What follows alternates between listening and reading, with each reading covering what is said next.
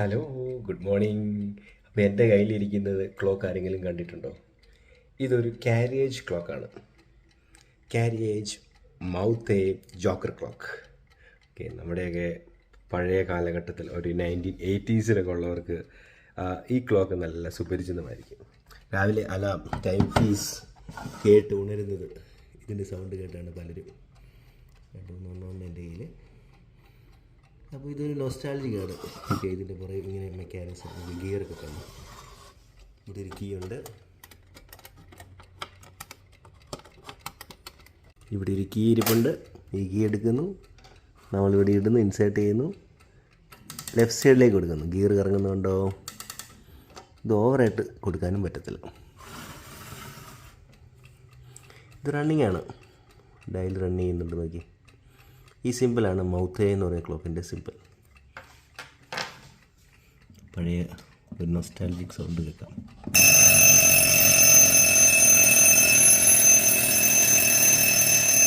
Hello, good morning. അപ്പോൾ എൻ്റെ കയ്യിലിരിക്കുന്നത് ക്ലോക്ക് ആരെങ്കിലും കണ്ടിട്ടുണ്ടോ? ഇതൊരു കാരിയേജ് ക്ലോക്കാണ്. കാരിയേജ് മൗത്തേ ജോക്കർ ക്ലോക്ക്.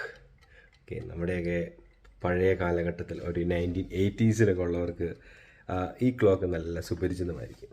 രാവിലെ അലാം ടൈം പീസ് കേട്ട് ഉണരുന്നത് ഇതിൻ്റെ സൗണ്ട് കേട്ടാണ് പലരും. രണ്ടൊന്നും എൻ്റെ കയ്യിൽ. അപ്പോൾ ഇതൊരു നൊസ്റ്റാൾജിക്കാണ്. ഓക്കെ, ഇതിൻ്റെ പുറകെ ഇങ്ങനെ മെക്കാനിക്സ് ഗിയറൊക്കെ കാണും. ഇവിടെ ഒരു കീ ഉണ്ട്.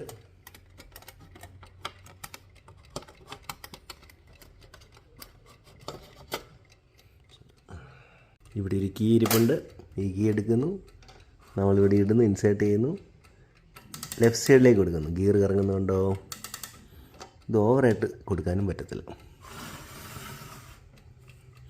ഇത് റണ്ണിങ് ആണ്, ഡയൽ റൺ ചെയ്യുന്നുണ്ട്. നോക്കി, ഈ സിമ്പിളാണ് മൗത്തേ എന്ന് പറയുന്ന ക്ലോക്കിൻ്റെ സിമ്പിൾ.